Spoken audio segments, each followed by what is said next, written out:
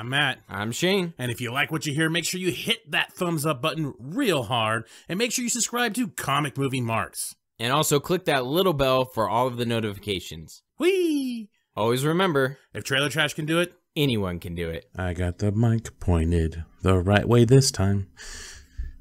Was that the Brady Bunch intro? There's a story of two guys who face the mic in the wrong direction. Hello and welcome everyone to another Comic Movie Marks video. Could a Cyborg movie still be happening?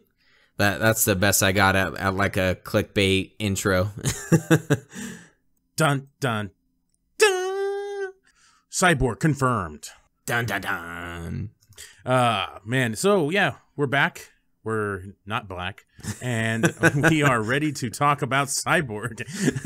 Who is black?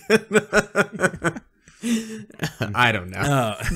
I don't know how to transition. Thanks for the confirmation, Shane. We really needed to know that. I wasn't quite sure sometimes. Oh, okay. Well, I figured if you're colorblind. I am in real life. I am. I don't see color, Shane. Oh, man. So, yeah, we're going to talk about some Cyborg news that's recently, well, not recently at all. We're way late on this shit. I don't know what I'm talking about. We're going to talk about some Cyborg news that happened like 3 weeks ago. And, but first off, I want to again thank Chris Wong Swenson for coming on our live podcast. Everybody got to see our ugly ass faces for the first time. Don't worry, nobody watches this stupid show. What's that ominous glow in the distance?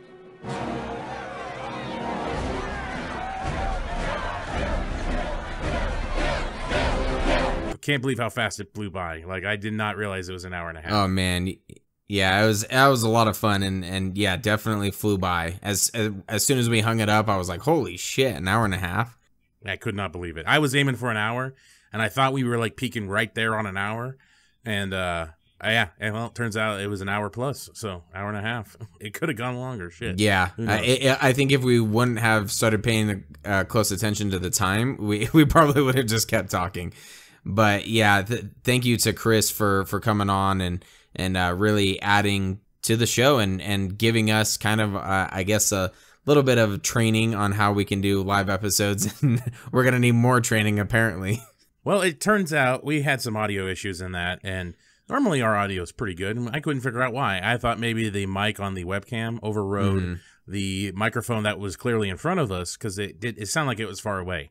Well, I think I just figured out why it sounded so far away. I had the mic turned the wrong way. Wow! You're an idiot! That is the epitome of our show, ladies and gentlemen. Didn't realize it until just now when I set up for this, and I realized the mute button light was facing me, and I'm like, huh. And I clicked on the video just to check something, and I was like, yeah, well, the mute button's facing away from us, so that means the mic is basically what you're hearing is our voices bouncing off the wall and coming back to the microphone. That's pretty impressive if you think about it. If the mic is facing the wrong direction and it still picked up okay audio, that was really, I guess, kind of the only complaint I had, other than that I couldn't figure out the word fatigue. That kind of frustrated me, but other than that, I thought the show was a lot of fun. It was great to see how many people contributed and asked questions for us to answer, and really kept the flow of the show going. And Chris did as well, so it was a blast. And Matt and I are definitely looking to hopefully do that again in the near future. And with the mic turned the right way, and also the setting to have the video bounce back and forth. Yeah, that was the other thing. Unfortunately, we made up for the fact that you've never seen our faces by having to look at our stupid faces for an hour and a half. The whole time. I don't know if anyone else can notice this, but I was actually, when Chris was talking, and I'm assuming the video is bouncing to him, that's when I was trying to look at my phone. And there were some times when Matt was talking as well, but most of the time I was trying to time it, later to find out that it never flipped back and forth. So you just see the top of my balding head looking down at my phone. So I was like, well, that's fantastic, but you know, is what it is. Yeah, we'll have to figure out that setting, and then obviously the audio, but other than that, I think it turned out pretty solid. Definitely. And thanks again, Chris. That was, if you listen to this by chance, I think it turned out really well, and hopefully we could do it again sometime soon. Another thing, speaking of Chris Wong, he was on the sci-fi podcast, what is it, The Fandom Files? And I think he was on there for about 10 to 15 minutes of their incredibly awkward show. He did a fantastic job, by the way. Chris does an excellent job at representing the fandom, I think, fairly well. And he, under the idea of, I believe he was driving when this happened. I'm not positive. I think I heard him say he was driving. And all that, and having to listen to these people talk about things that they have no clue what they're talking about. I think he answered questions fairly well. He did a really good job. The only thing I would have suggested, but again, he wasn't under the best circumstances, was the woman did ask him, why do you think they would release a different cut of the movie? And all you would have to really say is Donner cut. It happened. They've done it. They've released a completely different version of a movie. That was the only thing. But again, he was under weird circumstances, so it's not like he was going to be able to answer the question to what everybody would like. But he did a fantastic job. He did a fantastic job, and he didn't call that chick a bitch, which I was really surprised. 'Cause I would. And that's why we don't get interviewed. Yeah, exactly. We're the poochie. We're the poochie. Oh, man. So again, check it out. Check Chris out on the Sci-Fi Wire's Fandom Files, The Fandom Files. If you hate white people, they're definitely the people to listen to. Perfect. So let's get into. Sounds like my show. So this is a good time to transition into Cyborg talk. Yeah. Nice. That was a good segue. Okay, so as we said before, we're kind of behind on this, but Joe Morton, Silas Stone himself, or Dyson from Terminator 2, however you look at him. He's more of the Terminator 2 guy to me, but hey, we'll go with Silas Stone for this one. He recently had a conversation with Slash Film. Joe Morton has kind of said this stuff before, that some scenes were taken out, and he said it like in January of this year, I think, and it wasn't as much detailed as this one turned out to be.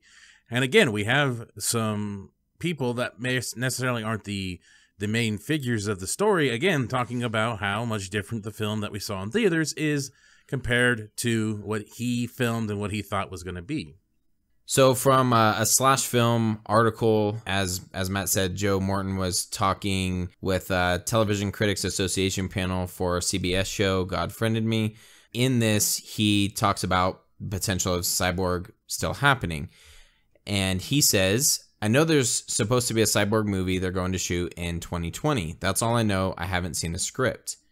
And then he continues, unfortunately, I can't tell you what the original story is because that might end up being in part of the Cyborg movie. Yes, there was a big change once they decided that they were going to do the Cyborg film. I think the idea is to deal more with his family so you can watch the evolution of him becoming Cyborg, Morton said. According to Morton, Cyborg is still on track for a 2020 release, but we'll see what happens. And this article was written by, I have no idea. Oh, there it is. That's a weird pen name. Oh, Fred Toupee, maybe Toppet. Toupee? Yeah, yeah, exactly. Yeah, so that's kind of where we sit.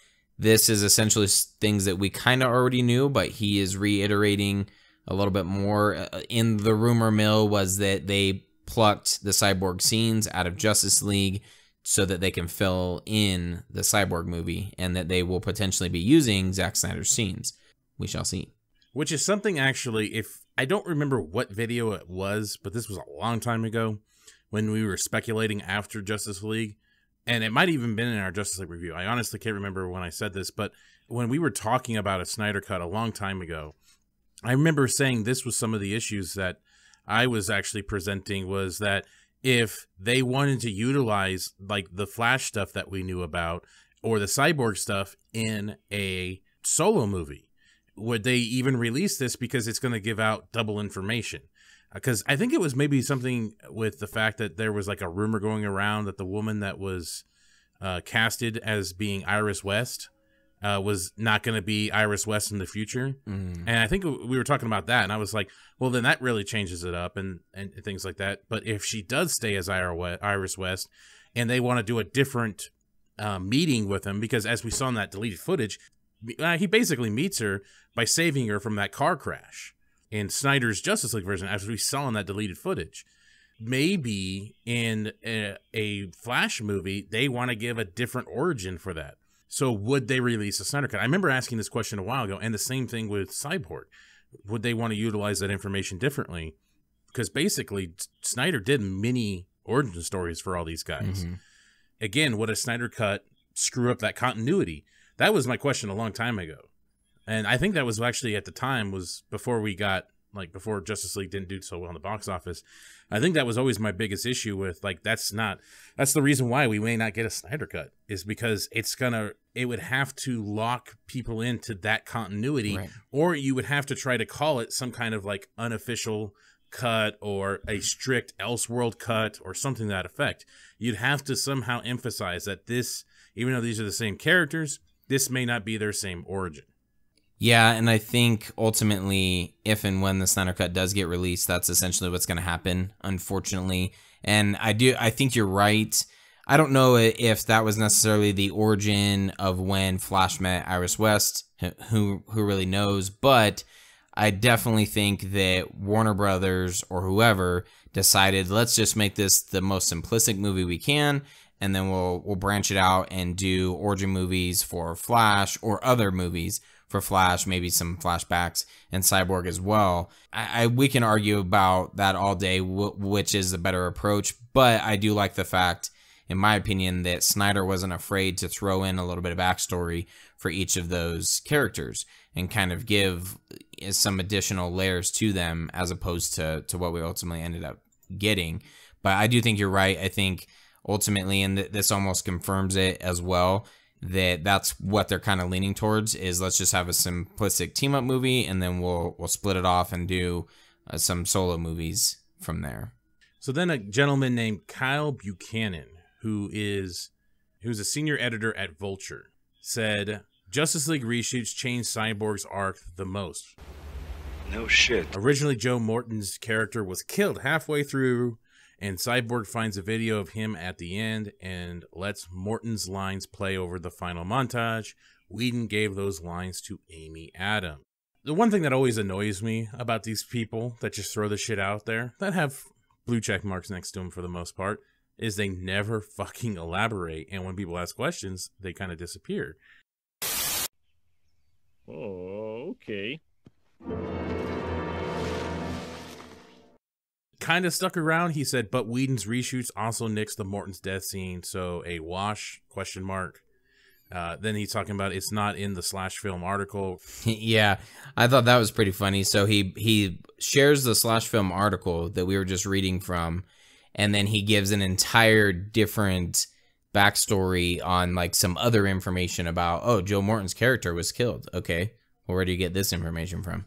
And he says, it's not in the Slash Film article. Reading it just prompted me to share what I knew of the situation. A couple things that made me think, let's just for a small second believe this guy. And all I can think of is Joe Morton's character, Silas Stone, was killed by Steppenwolf. Now, I remember from those set visits that were talked about in 2017 or in early 2016, the set visits, that scene was part of the set visit, was them talking to Jim Gordon about the scientists that were taken from Star Labs, and including Cyborg's dad, Silas Stone. And then I think the Steppenwolf scene was the other one that people got to see in action on their set visits. Got to see how the tone and everything of the movie was going.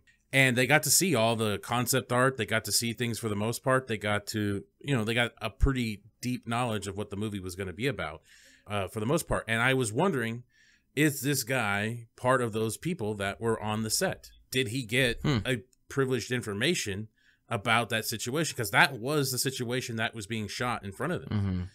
Is that how he found out? I don't know. I tried to look up and see if the Vulture had a special article on this. I couldn't find anything. I couldn't find anything if they were part of the press that got to go to this or not, to see if he was the guy that wrote the article on it. Maybe he got some other information from somebody else.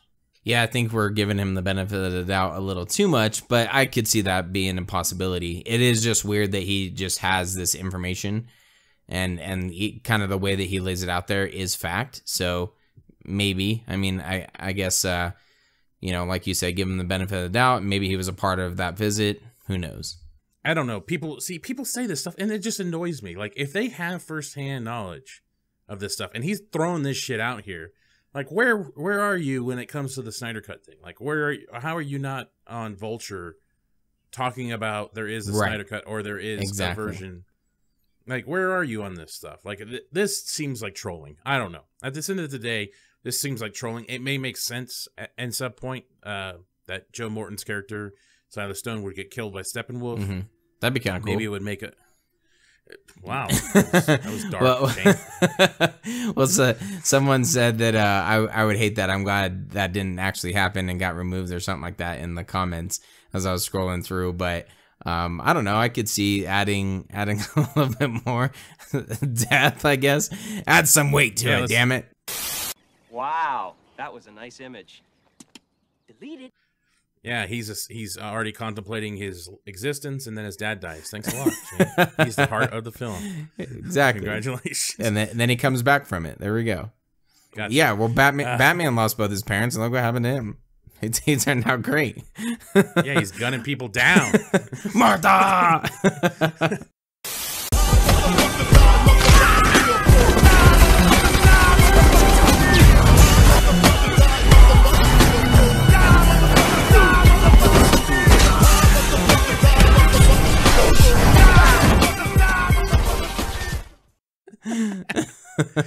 Oh man, to kind of wrap this up with something that was kind of interesting that happened. Also, a gentleman named, I'm gonna butcher his name, but I'm gonna try, Jovan Wade or Jovan Wade, I don't know, however you would say it, has been cast as Cyborg on Doom Patrol in the DC universe. Oh yes, streaming service. I saw that and I'm like, wow, WB don't give no fucks. They're gonna have 4 Jokers. They're gonna have multiple Batmans. They're gonna have a young Batman, old Batman. They might as well just have 16 different Flashes. Fuck it. Yeah. They got 2 different Supermans right now. They just don't give a shit. Yep, they don't give a shit. We can all keep up. No problem. It's a bold strategy, Cotton. Let's see if it pays off for them. Easy.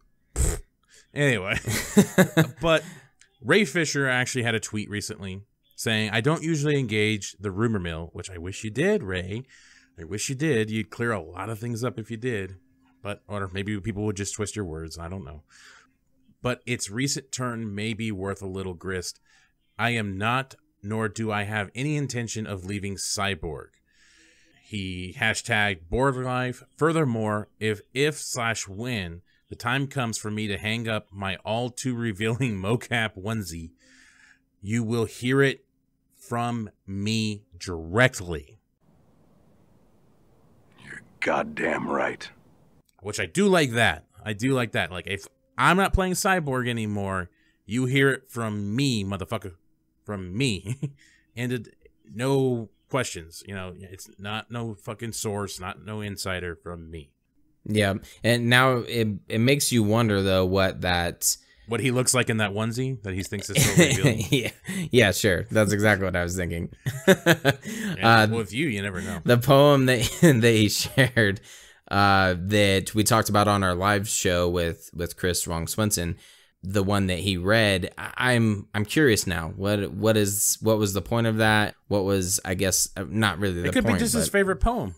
Fuck it. It could just be something he read and he just wanted to share it with everybody. Yeah, I guess. And everybody takes it out of context. It could also mean that he's just moving on from the shit show that was Justice League, but also wanting to continue to play Cyborg in the future. But also realizing, like, hey, you know what? Maybe we lost this one, but I can still do justice of this character. Possibly. Aha! I get it. Justice. Fun. Well, that's our Cyborg news. In case I don't see you. Good afternoon, good evening, and good night. Congratulations, you made it to the end of the video. You're one of very few to make it to the end. Yes, thank you very much. Make sure you hit that like button and subscribe to Comic Movie Marks Podcast and hit the notification bell. You know, all these fucking YouTube channels say this shit, so I'm going to say it now. Yes, it's perfect. And if you want to hear our full podcast, you can check out our podcast on iTunes or any other podcast subscription service. Make sure you subscribe. Thanks again.